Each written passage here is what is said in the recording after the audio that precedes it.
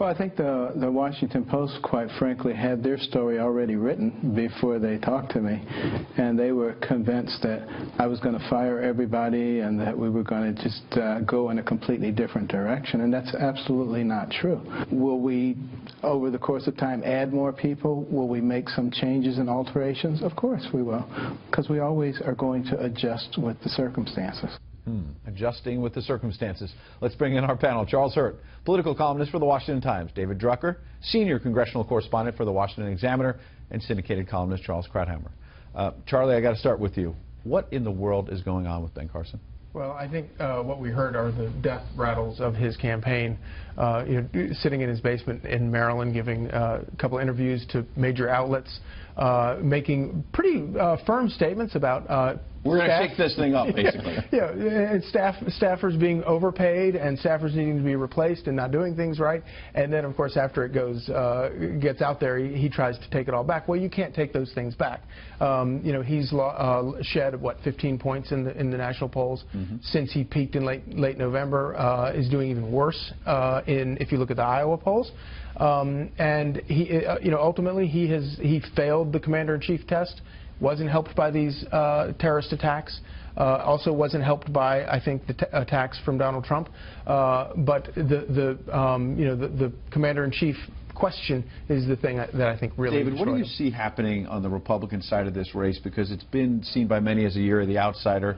Trump, Carson, Fiorina, maybe others, but we've seen Fiorina and Carson sort of fade. Trump still rising in the polls.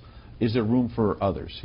I think there is, and I think January is going to be a very interesting month. Look, I think there are two ways we have to understand the race. One, without a doubt, Donald Trump is the undisputed national frontrunner in the race. Even if some of the polls aren't as big as some of the other polls, the trends are clear. But in the states, we have completely different trends. Ted Cruz is beating him in Iowa.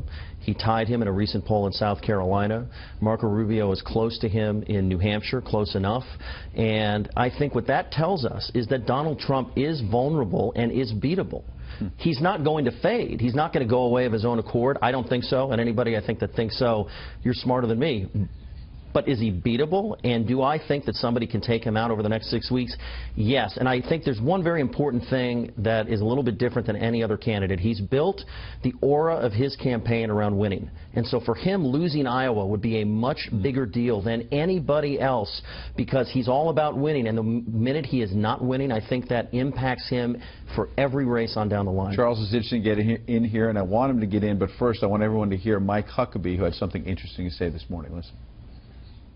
If we can't come within striking distance of the victory or win it, then I think we recognize that it's going to be hard to take that on to the other states. I think that if I win Iowa or come very close to it, people are going to see that it was nothing short of a miracle. Charles, Christmas miracle coming? Well, it is Christmas, but I'm not sure it carries over. Christmas doesn't exactly carry over into February. I don't think he has a chance. I think he knows that.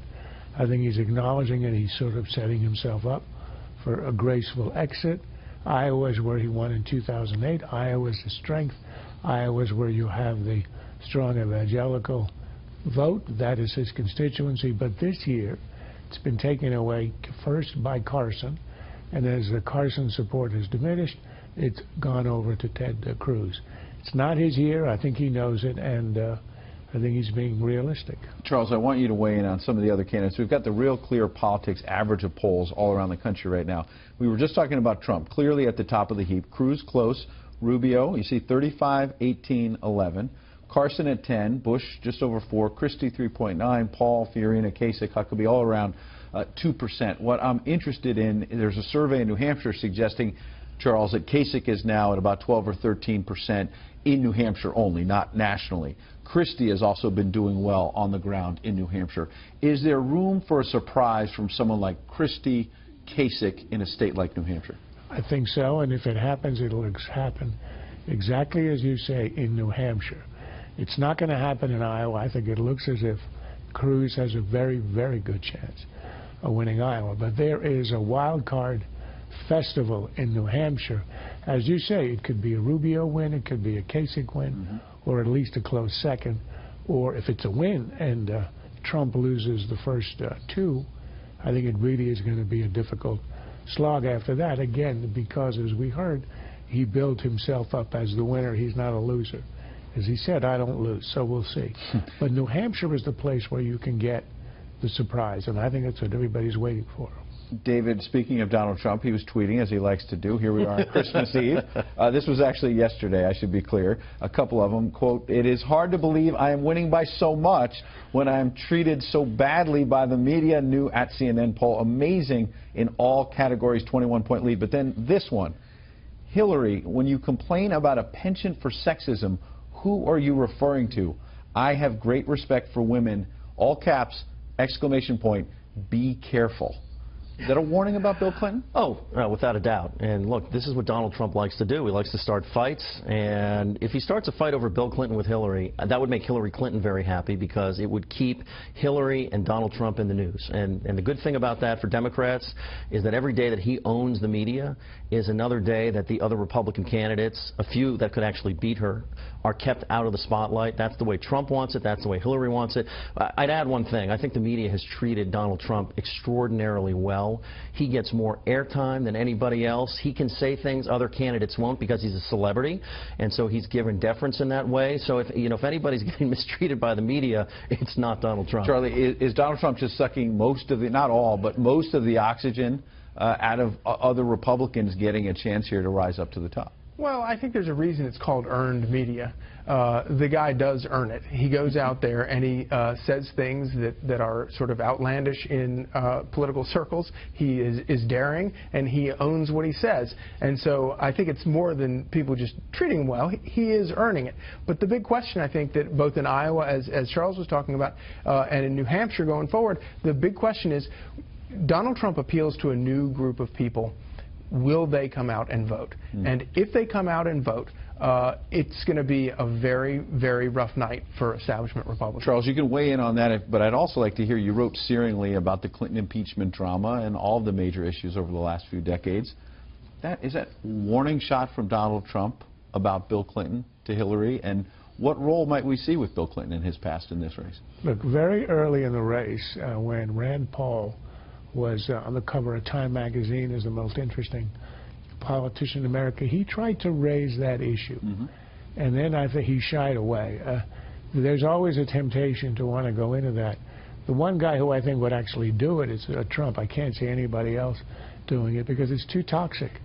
And in a way, I think it probably will backfire on anybody who tries it. So he wants to send out a warning, perhaps. But in the end, if anything, I think it would generate sympathy. In the same way that when Bill Clinton got a little bit wild in the South Carolina race in 2008. Against Obama. Against Obama, and seemed to, he was accused of sending out signals. It hurt. And I think that's a lesson other people have learned. It would be, if you want to do it, it's extremely high stakes. Trump is a guy who will do high stakes. I can't see anyone else who does it. But what's wonderful is in that tweet, it's amazing how he never ceases to amaze himself. And that's unique. David, Donald Trump, does he cease to amaze himself? No. No. And there's nobody that likes Donald more than Donald. Charlie? Well, you know, I mean, I think it's so interesting that he has completely turned away from the primary at this point and is going after Hillary Clinton directly, and I think that we're probably not going to hear him go after any of his fellow Republicans again for the rest of the primary season.